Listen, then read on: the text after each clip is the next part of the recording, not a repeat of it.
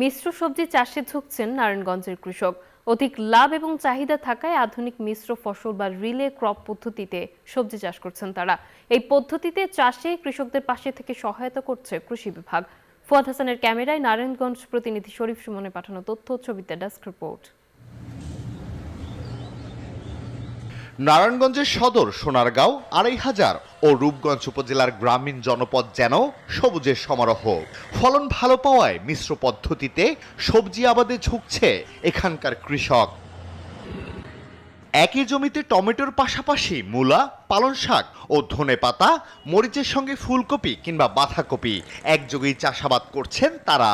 কৃষকরা বলছেন, একই জমিতে একাধিক ফসল চাষাবাদে ফলনে কোনো প্রভাব পড়ে না, বরং বাড়তি আয় হয়। টমেটো চাষ করতেছি, আবার ফিরা আপনার লাউ, আবার মিষ্টি কুমড়া আছে, আবার লাল শাক আছে, মূলা আছে, তারপরে আপনার ফুলকপি আছে, বাঁধাকপি আছে, ওলকপি আছে। ডাঁড়া লাগায়, মূলা লাগায়, পালং শাক লাগায়, এরপরে লাউ খেতি আছে, মিষ্টি কুমড়া আছে, জালি কুমড়া আছে।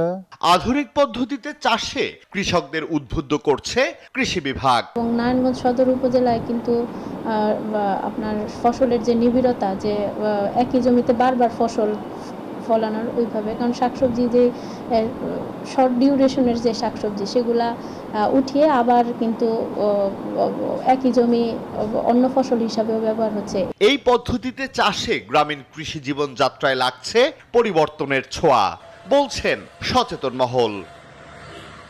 Desk report, news 24।